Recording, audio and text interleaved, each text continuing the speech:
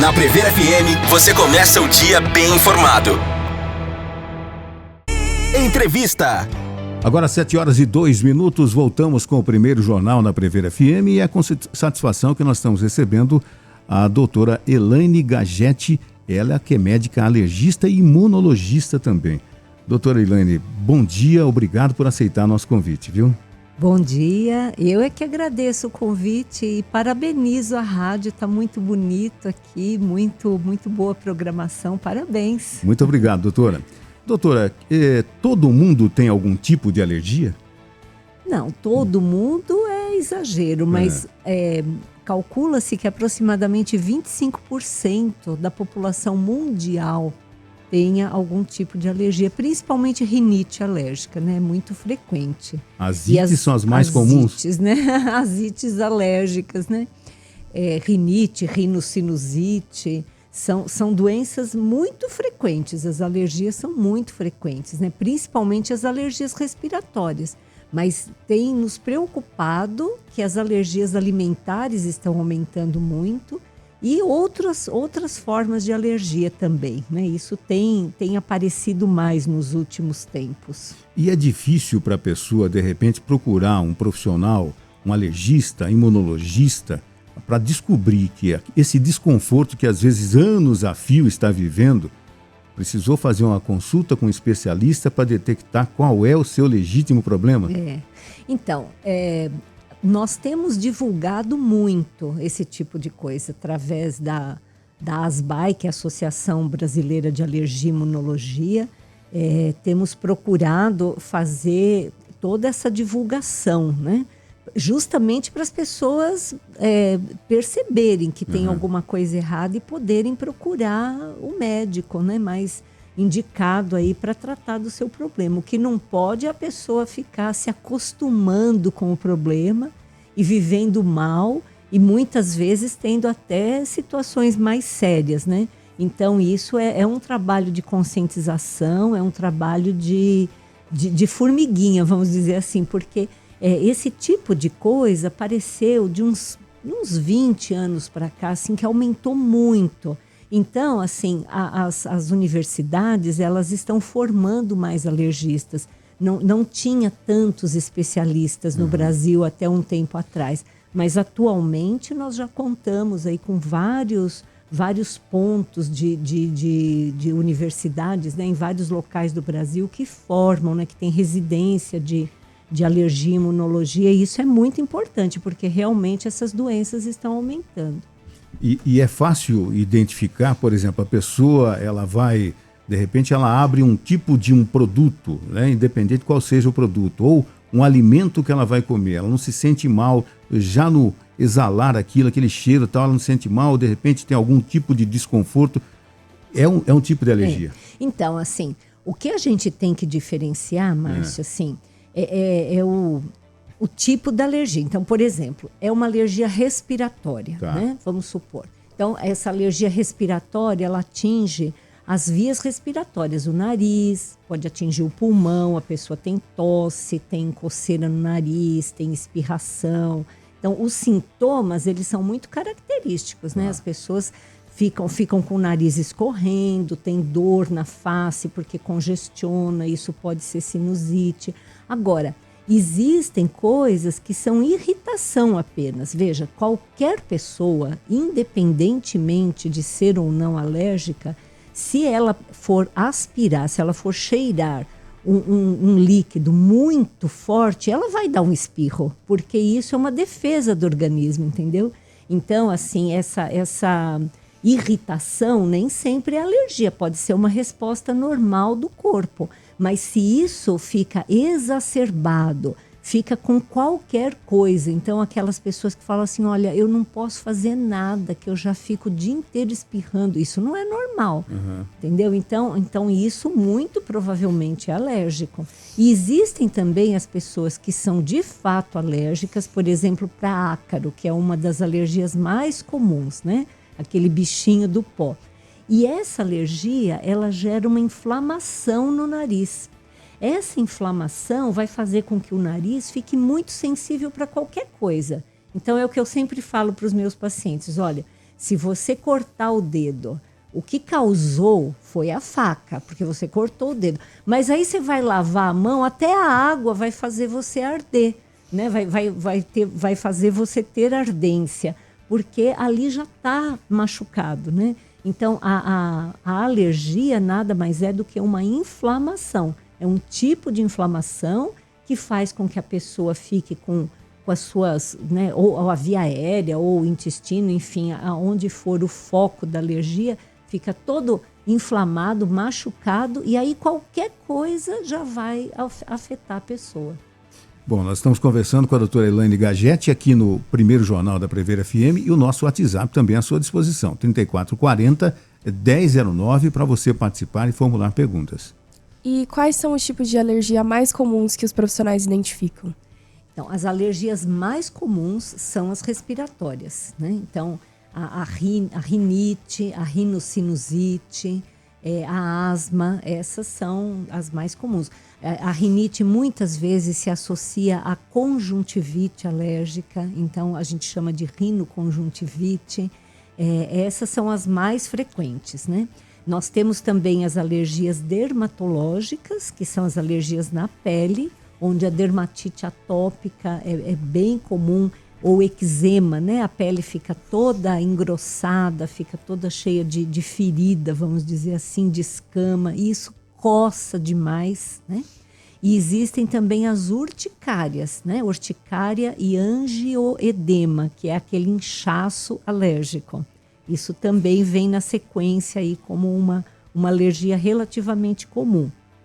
E as alergias alimentares, como eu falei, estão aumentando muito, principalmente em crianças. Nós temos muitas alergias alimentares, que são, então, podem ser, elas se manifestam na forma de anafilaxia, que é aquela alergia grave que chega a dar, às vezes, até edema de glote, faz cair a pressão, embora a anafilaxia não seja apenas por alimento, né? Existem outras causas, a gente pode conversar sobre isso também. Mas a alergia alimentar pode causar esse tipo de coisa. E a alergia alimentar, ela pode se manifestar de várias formas, né? Então, desde aquele bebê que tem sangue nas fezes, né? Logo de bebezinho ali já começa a ter alergia ao leite, até casos graves como esse de anafilaxia, passando aí por diarreia, passando por problemas no esôfago, no estômago. Tem uma série de situações, né, e de clínicas, assim, de sintomas diferentes que a alergia alimentar pode ocasionar. O fato da ingestão de alimentos ultraprocessados, que está muito em moda, né? A criançada comendo aqueles salgadinhos sem parar, isso ajuda bastante, né? Então, existem atualmente muitas pesquisas tentando descobrir o porquê que as alergias estão aumentando tanto. E certamente os ultraprocessados estão no olho do furacão. Imagina.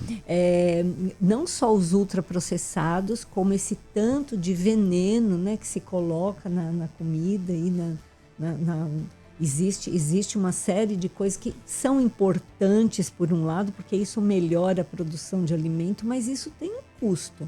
Por exemplo, a gente sabe que a banana ela é colhida verde, né, lá no bananal, e depois ela sofre um processo, né, com um gás, se eu não me engano, numa câmara para ela amadurecer, né? Isso é feito de uma forma artificial. Acelerando o processo, Acelerando o processo. E isso tem implicação com a mudança na proteína da banana.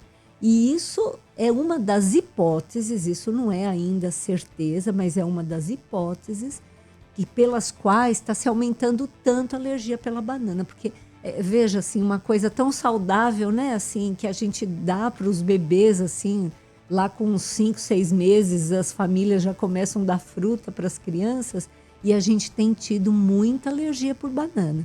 Então, assim, quando a gente muda um alimento, seja porque a gente força o amadurecimento, seja porque você usa agrotóxicos, seja porque você tem uma coisa ultraprocessada, você modifica esse alimento.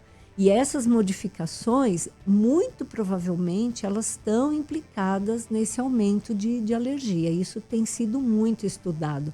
A própria poluição atmosférica, né? Parece que o ar não tem nada a ver com o intestino, mas tem, né? Claro que sim. Quando a gente inala um ar poluído, você também muda uma série de coisas no seu organismo e isso pode facilitar que você tenha mais alergia. Então, essa forma moderna que a gente vive, né, assim, com muita poluição, com muito alimento ultraprocessado, com muito agrotóxico, com muito estresse, tudo isso tem um impacto na saúde do organismo. Perfeito. Falando da relação de alergias com alimentos, não necessariamente de alimentos que causam a alergia, mas muita gente fala, por exemplo, se você estiver com um quadro de rinite alérgica, por exemplo, evite tomar leite, que piora o quadro de inflamação. É verdade isso? Tem alimentos que devem ser evitados quando você está com alergia atacada, digamos assim? Não, isso não é verdade. Isso não tem nenhum respaldo científico. Quando a pessoa tem uma alergia, essa alergia ela é sempre pontual ali, entendeu? Então, veja, assim, o alimento que dá alergia, o organismo ele faz uma reação alérgica para aquele alimento. E a partir daquele momento, você não pode mais comer aquele tipo de coisa. Então é isso daí que a pessoa fala assim, eu evito comer tal coisa porque isso me dá alergia, mas de vez em quando eu como, não é alergia. Porque alergia, se você comer, geralmente até uma quantidade muito pequena, você vai ter desencadeamento de sintomas. Então esse tipo de coisa não é bem assim. É que as pessoas confundem muito os sintomas da alergia com sintomas de outras coisas. Por exemplo, intolerância alimentar, né? Que dá problemas digestivos e não problemas alérgicos. Mas as pessoas confundem, né? Então, assim, e aí na intolerância, sim, se você comer muito, você tem sintomas. Se comer só um pouquinho, você não tem sintomas, né? E outras coisas também. Então, intoxicação alimentar, isso não é alergia, isso é um problema infeccioso, né?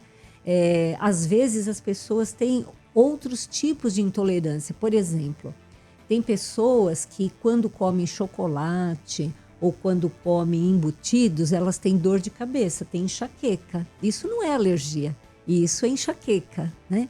Então, às vezes, assim, existem várias coisas assim relacionadas com o alimento que não são necessariamente alérgicas. Então, nesse caso da infecção de ouvido, né, assim, que é muito comum as pessoas falarem, meu filho tem muita otite, muita infecção de ouvido e eu parei de dar o leite, ele melhorou. O que muitas vezes acontece, é muito comum esse tipo de situação. As crianças, elas podem ter refluxo gastroesofágico, então volta alimento do estômago, volta para o esôfago e muitas vezes acaba vindo até na faringe e acaba atingindo o ouvido. O refluxo gastroesofágico, ele pode dar infecções de ouvido de repetição. E aí a criança toma leite de madrugada, tem o refluxo, tem infecção de ouvido. Então, aí a mãe tira o leite, a criança melhora, mas não melhorou porque ela tem alergia ao leite. Melhorou porque ela melhorou uma causa do refluxo. Então, assim, às vezes a gente precisa separar o joio do trigo aí para a gente não rotular a pessoa como alérgica, né? Acho que começa dessa definição, né? O que é alergia, o que é intolerância, né? Exatamente. Isso, a gente conversando com o paciente, a gente consegue identificar perfeitamente, né? Então a pessoa fala assim, olha, eu tenho muita alergia vamos supor, por leite, né? Tenho muita alergia por leite. Verdade, você tem? Nossa, eu tomo leite, eu fico péssima. Mas o que você come? Não, olha, molho branco eu como e não me dá problema nenhum, né? Como outras coisas, como um bolo que vai leite e não dá problema nenhum. É muito pouco provável que essa pessoa tenha alergia. Então, muitas vezes, só de conversar com a pessoa, a gente já começa a separar esse joio do trigo, porque, claro, a pessoa ela tem o sintoma, ela relata aquilo que ela sente, É o médico que precisa saber qual, né? Não, então você tem intolerância e não alergia. Você pode comer isso aqui, mas isso aqui você deve evitar, né? Ela precisa sair com essa orientação do consultório, né? A senhora disse no início que 25% da população talvez tenha alergia. Tem rinite. Rinite, as ites.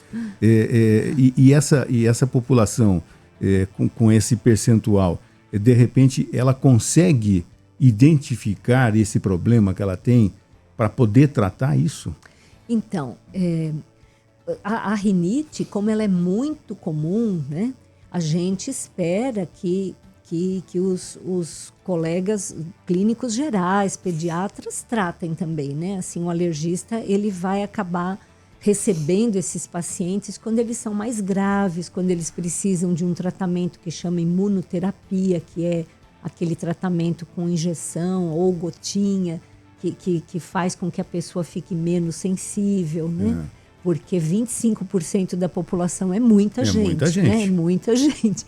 Então, assim, por isso que precisa tratar. Claro que existem os graus de rinite, né? Existem desde as rinites leves, que um antihistamínico, o próprio paciente, muitas vezes, ele vai pela primeira vez, ele sabe que aquilo é uma alergia e quando fica atacado, ele acaba usando um antihistamínico, né? Um antialérgico e tal. Esse tipo de situação é uma situação mais leve. Mas existem situações muito mais graves, onde a pessoa fica direto com sintomas nasais. E isso, Márcio, é uma coisa que incomoda muito, tanto a pessoa, quanto a família, quanto quem está do lado. Imagina um locutor aqui com isso, né? Não consegue fazer o programa. Né? Exatamente. Eu tive uma vez um paciente, eu nunca vou me esquecer dele, ele falou assim, doutora, eu vim aqui tratar da minha rinite porque o meu patrão falou que ele vai me mandar embora se eu continuar fungando. Então, você imagina como isso atrapalha a vida da pessoa, né? Então, quando são sintomas assim muito intensos, muito contínuos, essa pessoa precisa de um alergista para poder fazer um tratamento mais adequado, porque essas coisas são crônicas, né? E tudo que é crônico, às vezes a pessoa se habitua. E quem está de fora é que fala para a pessoa, nossa, mas você precisa tratar esse negócio aí, né? E às vezes a pessoa nem tá mais, né? Porque ela acostumou com aquilo. Só que isso não é bom, né? Porque a própria rinite, ela tem muitas consequências. A pessoa começa a ter sinusite, ela pode ter conjuntivite alérgica, e a rinite, ela pode também facilitar a asma, que é uma doença muito mais importante, que pode dar crises e tal. Então, o organismo, ele é todo linkado, né, uma coisa com a outra. E isso acaba fazendo com que uma simples rinite, entre aspas, né, simples rinite, vá ter uma consequência maior na vida dessa pessoa. Entrevista. Agora 7h21, primeiro jornal da Prevera FM, aqui no estúdio, a doutora Elaine Gagetti, alergista e imunologista. A rinite que você estava comentando, como as mudanças no tempo influenciam? O tempo seco ou o frio, o calor, como isso influencia? Ainda mais considerando as mudanças climáticas que a gente tem visto. Exato. Não, de fato, né, assim, é aquilo que eu estava falando, assim, que o nariz inflamado, né, você imagina, assim, o nariz todo inflamado e uma diferença muito grande de temperatura, isso vai ajudar a pessoa vai desencadear. Isso serve muitas vezes como um gatilho. Não é que a pessoa tenha alergia ao tempo ruim, não, isso também não existe, né?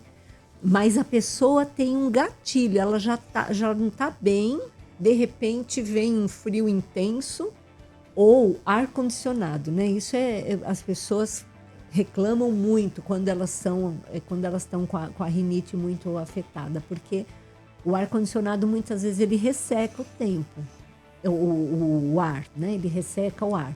E isso acaba desencadeando. Então, o ar-condicionado, a mudança de temperatura, principalmente mudanças bruscas, elas agem como um gatilho para piorar uma coisa que já não está bem. Então, é o que eu sempre explico, assim, a rinite, o nariz está sempre inflamado, mesmo quando você não tenha sintomas, porque é uma doença crônica. Se você for fazer, vamos dizer assim, né? Claro que ninguém faz isso, mas assim, se você for fazer uma biópsia lá desse nariz, mesmo quando a pessoa esteja bem, fora de crise, vai ter inflamação lá. E aí essa inflamação, ela tá subclínica, né? Ela tá sem sintomas. De repente vem um desencadeante, um frio danado, uma secura e tal, aí aquilo é um gatilho para piorar aquela coisa que já não estava boa, mas a pessoa não estava nem percebendo. Doutora, existe também alergia a insetos, picadas de insetos? Sim. Eu me lembro, né, de uma vespa chamada popularmente de tapaguela. Tapaguela. Quando ela pica uma pessoa, pode fechar inclusive a glote, né? Sim. Isso é aquilo, Márcio, que eu estava falando. A gente pode conversar um pouquinho mais de anafilaxia, né? Claro. Anafilaxia é essa reação muito grave, que pode matar. Infelizmente, existem pessoas que morrem desse tipo de problema que você está me falando. E isso por quê? Porque fecha a garganta, né? Que é o edema de glote, então incha por dentro, não passa nada, a pessoa não consegue falar, não consegue respirar. Muitas vezes cai a pressão, então assim, a pessoa fica pálida, fica arroxeada, porque não chega oxigênio no cérebro, no coração, etc. E tem uma parada cardíaca, né? Então, esse tipo de alergia que é muito grave, é muito séria e muito rápida, isso é uma das coisas mais importantes que tem em termos de alergia, em termos de reação alérgica, né? Porque isso realmente pode matar. Esse tipo de sintoma, de problema, ao lado das crises de asma grave, né? Elas são realmente coisas que nos preocupam muito, né? Que os alergistas temem muito, né? Mas as ferroadas de inseto, né, essas picadas, elas são com certeza uma causa importante disso. Então é aquela pessoa que é ferroada e ela quase morre. Só que, sabe o que infelizmente acontece? A pessoa às vezes melhora, né? Porque graças a Deus, assim, tem muita gente que sobrevive, a maioria das pessoas sobrevive a essas crises anafiláticas e daí elas esquecem. Elas começam a falar assim, eu vou evitar tomar ferroada. Como se isso fosse possível. Como vai ser possível? Combinar com as abelhas? Pois não tem ela como. quer combinar com o inseto que ele não vai mais ferroar, né? Uhum. E a pessoa vai tocando a vida, até que ela tem uma segunda, uma terceira. Então, a gente vê pacientes que já tiveram 3, 4 crises de anafilaxia até procurar um alergista. Isso é um absurdo, assim. A primeira vez que a pessoa tem uma anafilaxia, a gente espera que ela sobreviva, ela tem que procurar um alergista para poder fazer um tratamento adequado, né? Identificar o problema, saber, por exemplo, nesse caso, saber qual é a vespa que fez esse estrago todo. Isso tem vacina para esse tipo de coisa, que funciona muito bem. Mas a pessoa tem que, a partir daquele momento, carregar uma injeçãozinha que chama adrenalina, né? Adrenalina autoinjetável. Infelizmente, é a nossa grande luta, né, na ASBAI. Nós não temos aqui no Brasil ainda isso. A gente nem entende por que nós não temos ainda. Assim, é uma coisa que já faz anos que a gente está lutando para que possa ter aqui no Brasil esse tipo de coisa, ter no SUS, para todas as pessoas poderem comprar, mas atualmente as pessoas precisam importar. Num país tropical, né, doutora? Num país tropical. E com coisas que causam, né, além de insetos, essas anafilaxias, elas podem ser causadas por alimentos, por medicamentos, por látex, até por corrida, né? Tem pessoas que desencadeiam a anafilaxia por conta de correr, né? De atividade física muito intensa.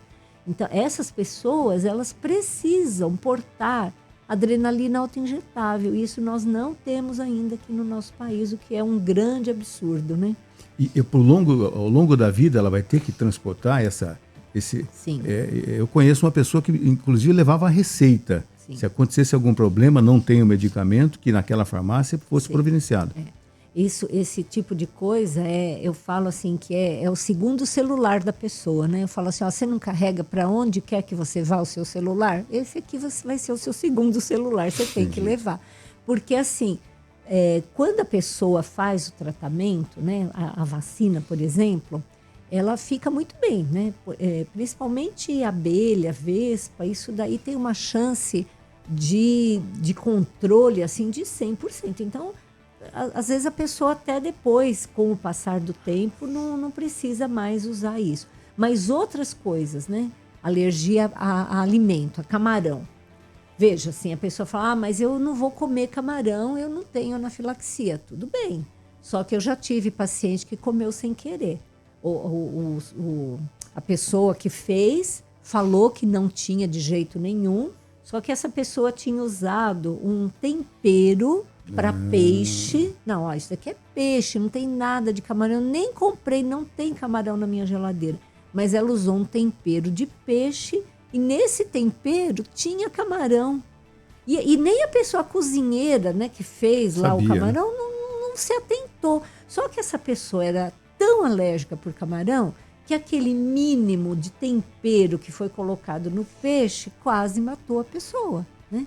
Então, veja, assim, às vezes a pessoa, é fácil falar, eu tenho alergia por camarão, não vou comer. Só que essas coisas acontecem, né? Comer sem querer, isso é muito comum. Isso é o meu dia a dia, assim. A pessoa fala, nossa, comi sem querer, ou alguém deu. Veja, eu tenho uma outra criança que é muito, muito, muito alérgica por leite, né? Que tem anafilaxia.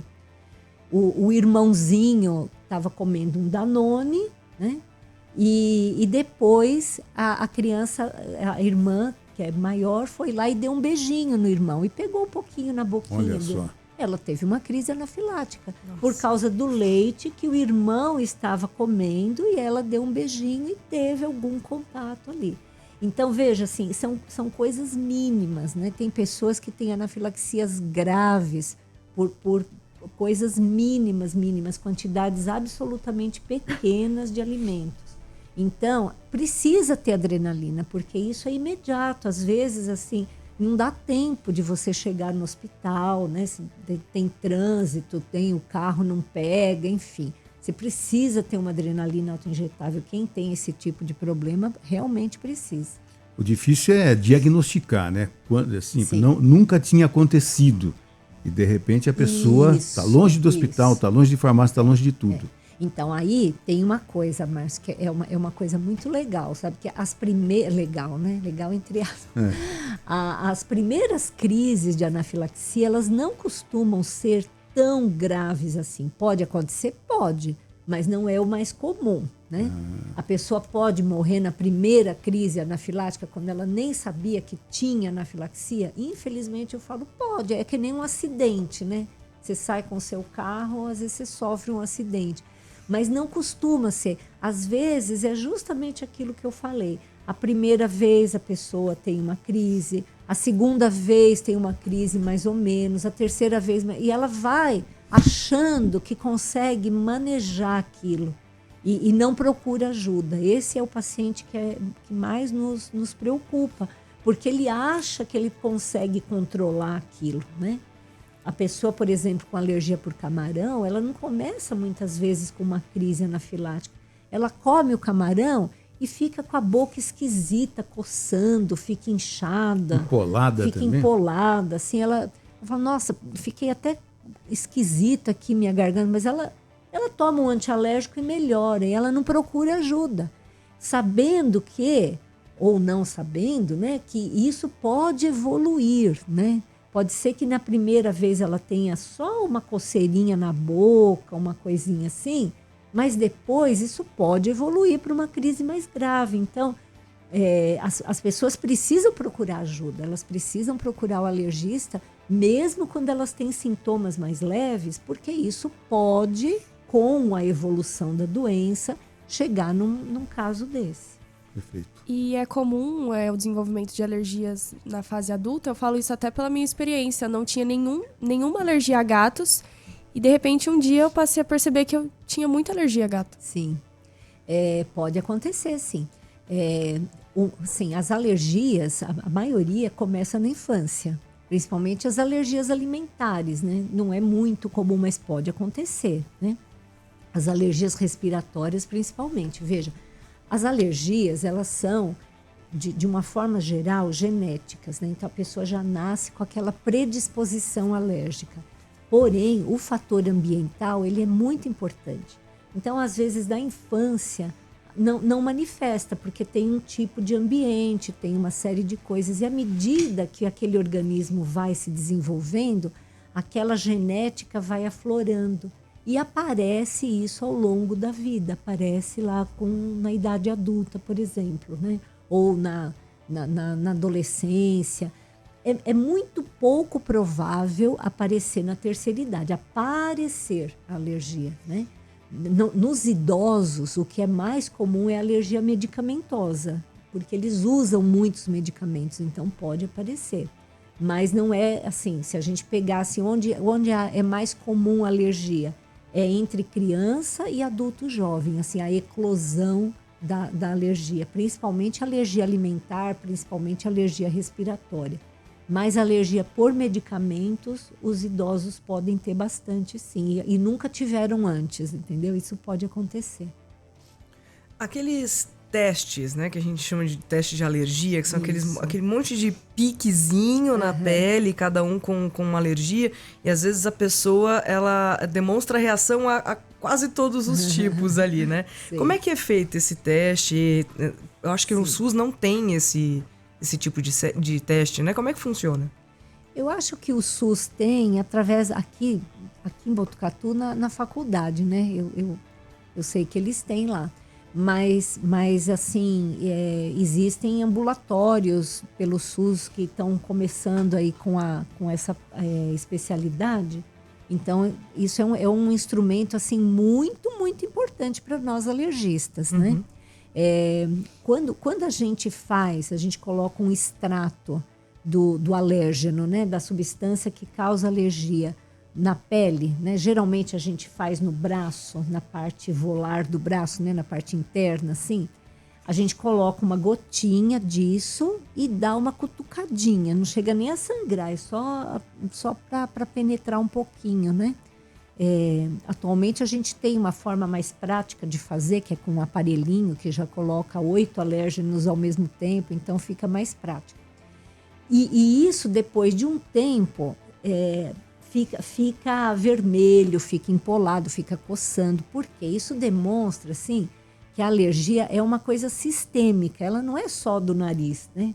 Ela não é só do pulmão. O alérgeno, as células que reagem àquele alérgeno, elas circulam no corpo. E elas estão passando ali pela pele do braço também. Aí elas detectam aquele alérgeno e reagem com ele ali naquele local. E isso é uma forma da gente saber que a pessoa tem alergia por gato, por ácaro, por leite, etc., né? A gente vê ali.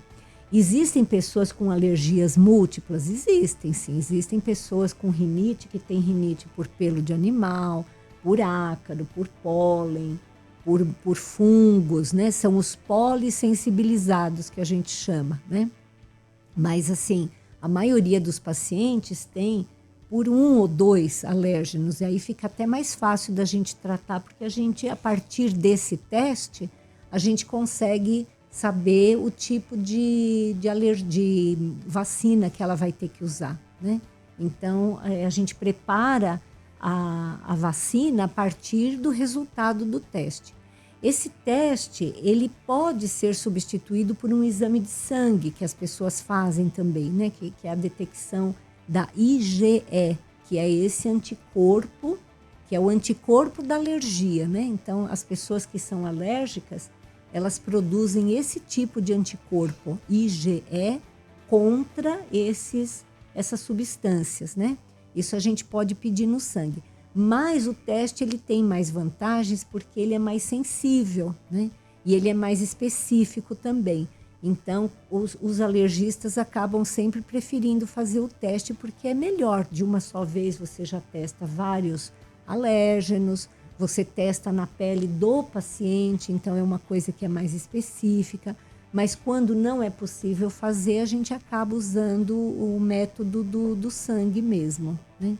Mas essa IgE, esse anticorpo, porque eu sempre falo, olha, isso é como é feita a alergia. Então, veja, todo mundo quer ter anticorpos, né? A hora que você toma vacina contra a gripe, contra a dengue, etc., o que você quer fazer, na verdade? Você quer fazer com que o seu organismo produza anticorpos, né? Porque os anticorpos geralmente são bons, eles defendem você das doenças. Na alergia, é o contrário. Às vezes a pessoa fala assim, doutora, eu vim aqui porque eu acho que eu estou com baixa de resistência, porque eu estou com muito resfriado. Eu falo, não, isso é um excesso de resistência. Você está produzindo muito anticorpo, que é dessa classe IgE, e esse anticorpo, ele briga tão forte contra essas coisas, que é como se fosse uma guerra dentro do seu organismo, e aí isso é que dá o sintoma. 6h39, vamos a mais um intervalo. Hoje conversando com a doutora Elaine Gagetti, médica alergista e imunologista aqui no primeiro jornal da Prever FM. A doutora Juliana perguntou a respeito dos gatos, né? Tem alergia a gato. Por que essa discriminação com os felinos? Então, é uma coisa interessante, né? Quando eu comecei a fazer alergia, isso tem muito tempo, imagina só, né? Vou fazer 40 anos de formada. Olha que beleza. Os alergistas, eles... A hora que o paciente entrava, já falava assim, olha, tira cachorro, tira gato, não pode ter nada disso. E isso foi mudando com as pesquisas, sabe? Assim, atualmente, é muito interessante que a gente vê que as crianças que convivem bastante com animais, desde pequenininhas, elas desenvolvem mais tolerância do que alergia ao animal. Então, a gente não fala mais assim, tira cachorro, tira gato, tira todo... Não é mais assim, né? Justamente por conta disso, que a gente sabe atualmente, assim, que esse convívio com a natureza, né? E os animais, eles fazem parte dessa natureza, isso até facilita. Aliás, quando a gente volta a viver de uma forma natural, a gente tem muito menos alergia. Isso já foi comprovado, que crianças, por exemplo, que vivem em zona rural, pé no chão, contato com animais, contato com a natureza, essas populações, elas têm muito menos alergia do que as populações urbanas, né? Mas assim, a gente hoje só pede para a pessoa não ter tanto contato com o animal se ela já desenvolveu alergia por aquele animal. Então, se a pessoa tem alergia, é complicado ela ter o animal na cama, beijar, abraçar e querer, né?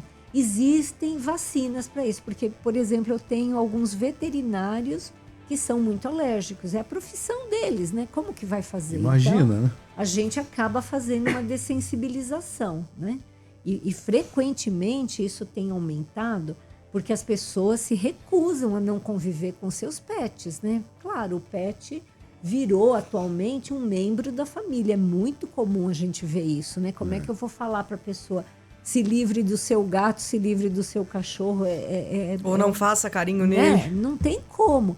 Então, para essas pessoas que são muito alérgicas aos pets, a gente acaba fazendo dessensibilização. Tem um tratamento para isso, com vacinas, né? Doutora, a medicina evoluiu também nesse segmento de combate, de tratamento às alergias, porque a gente percebe que o mundo está em constante evolução, né? Nesse segmento também, doutora? Com certeza, Márcio, isso tem crescido muito, tem sido objeto de muita pesquisa, justamente porque está aumentando muito. Então, assim, com relação à prevenção de alergia, isso tudo que eu falei é uma coisa que tem sido focado muito, assim, né? Assim, que as crianças tenham vida normal, né? Aquela coisa de você super proteger, de colocar a criança numa redoma de vidro, isso não é bom, né? A criança precisa conviver com terra, com natureza, precisa... Aquela história de deixa a criança brincar com o bichinho que cria anticorpos, é bom? Isso, é verdade, né? É verdade. Assim, as crianças que têm muitas viroses, elas têm mais alergias. Os vírus, alguns vírus, eles acabam desencadeando mais, né? Então, assim, atualmente tem sido desenvolvida vacinas, né? Se Deus quiser, logo vai ter, já está em fase aí de finalização, a vacina contra vírus sincicial respiratório, que vai ser dada para a gestante, para passar esses anticorpos via placenta para o bebê não pegar tanto, porque a gente sabe que esse vírus ele é danado. Quando a criança pega esse vírus, a chance dela ter alergia respiratória, asma, principalmente, é uma chance muito grande. Então, fazer vacina contra a gripe, vacina contra vírus sincicial respiratório, você já consegue prevenir muita coisa. O ideal é que a criança entrasse nas escolinhas só depois de receber essas vacinas, né, para ela ficar menos doente, porque isso acaba gerando aí esse tanto de contato com as crianças, com os vírus, né, e isso facilita. Enfim, existem várias coisas, né? Leite materno, isso é muito importante, né? O leite materno, uma das inúmeras vantagens dele é que ele diminui a chance da criança ser alérgica. E principalmente parto normal. Infelizmente, aqui o Brasil é campeão mundial de cesarianas, né? As mulheres, eu falo que elas entram para fazer o pré-natal, elas já marcam a cesárea para dali 9 meses, né?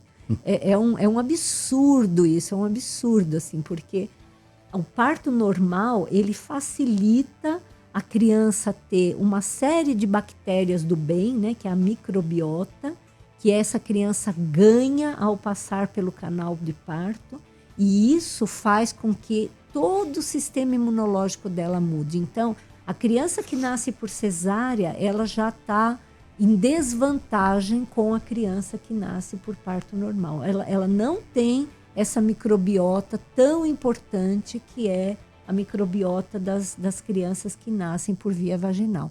A cesárea, ela deveria ser feita apenas com indicação médica estrita, assim, olha, está em sofrimento fetal, não tem jeito. Claro, tem situações que precisa, né, que a criança ou a mãe vão morrer se não fizer cesárea. Mas, assim, aqui no Brasil, a gente vê um abuso disso, né? Assim, as pessoas fazendo cesárea torto direito, e isso é uma das causas do aumento de alergia. E falando sobre o tratamento das alergias, sobre o uso de antialérgicos, qual é a frequência recomendável? Tem pessoas que são alérgicas e tomam todo dia, por exemplo, remédio. Então, veja, querida, assim, remédio, ele deveria ser prescrito só por médico, né? Os antialérgicos comuns, eles podem ser tomados de uma forma assim, frequente, né? Eu tenho, por exemplo, pacientes que têm urticária crônica, que tomam antialérgico todo santo dia, isso já há anos, né? Para controlar a sua urticária, né? E pode controlar, assim. Agora, às vezes, o problema das pessoas que, quando não são médicas, farmacêuticas, etc., elas não têm esse conhecimento, é que para elas antialérgico é tudo a mesma coisa. E não é. Então, desde que você vá ao médico e o médico fala, olha, você pode tomar esse antialérgico sempre que você tiver atacado a sua rinite, não tem problema nenhum. Esse medicamento, ele é muito seguro. Mas os antialérgicos, existem antialérgicos de primeira geração e de segunda, para começo de conversa. Esses de primeira geração, eles dão muito efeito colateral. Eles dão muito sono, eles abrem o apetite, eles tiram a concentração da pessoa. Então, já por aí não é bom ficar usando esse tipo de antialérgico. Outra coisa é que muitas vezes as pessoas acham que corticoide é antialérgico. Corticoide, ele é um antialérgico, mas ele é um corticoide, né? Ele funciona para tratar alergia também, mas ele tem muito efeito colateral. Então, tem pessoas que vão à farmácia cada 2, 3 meses e tomam uma injeção de corticoide e vão tocando a vida com isso. E isso é muito ruim, porque isso dá muito problema de saúde, né? Ou mesmo corticoide via oral, né? É muito comum as pessoas tomarem corticoide, porque é uma medicação maravilhosa, né? Eu falo que se não fossem os efeitos colaterais do corticoide, não precisaria existir alergista. Era só dar corticoide para todo mundo, que ele é ótimo. Ele tira com a mão. Só que existem muitos efeitos colaterais, muitos. A gente não deve usar corticoide sem orientação médica. Eu até acho que deveria ser como antibiótico, deveria ser só com prescrição, mas infelizmente aqui não é ainda assim, né? 7h49, doutora, fala de genética, né? A minha avó tinha rinite, a minha mãe tinha rinite, a probabilidade de eu ter rinite e ascites são muito grandes. Muito grande. Se você tem pai e mãe com alergia respiratória ou algum tipo de alergia, você tem praticamente 80%, 90% de chance de ser alérgico também. É muito frequente. Só que assim, a gente sabe atualmente que a genética não é tudo. Você pode ter o gene e esse gene não se manifestar. Uhum. A parte ambiental é muito importante também. Perfeito. Falando ainda dos antialérgicos, existe aquela, como a doutora falou, né? Tem as pessoas que tomam todo dia, ou tomam com frequência, ou tomam toda vez que está a rinite atacada, do organismo criar resistência àquele medicamento e ele deixar de funcionar? Não acontece muito isso com os antialérgicos.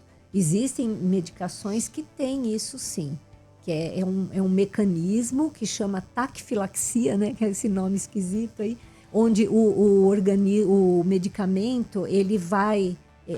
o organismo ele não vai respondendo mais a esse medicamento. Você precisa dar doses cada vez maiores para obter o mesmo efeito, até que ele intoxica, né? Mas os antialérgicos, eles não têm. Normalmente, eles funcionam bem. E não tem esse... São medicamentos seguros. Quando eles são bem indicados, eles são seguros. E até aproveitando o meu estado no dia de hoje, como eu posso distinguir entre uma alergia e um resfriado comum? Ah, muito boa essa pergunta. Principalmente em tempos aí de Covid, né? A gente fica muito, muito preocupado com isso. Geralmente, os processos infecciosos, né? Então, quando tem Covid, quando tem gripe influenza, ou mesmo um resfriado que é causado por vírus, né? Tem rinovírus, tem vírus sincicial respiratório. Isso é uma infecção.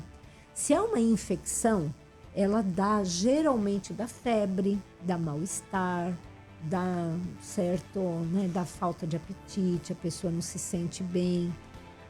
E é uma coisa limitada. Então, veja assim, se você está sempre desse jeito, você não está sempre infectada. Isso é alergia, né?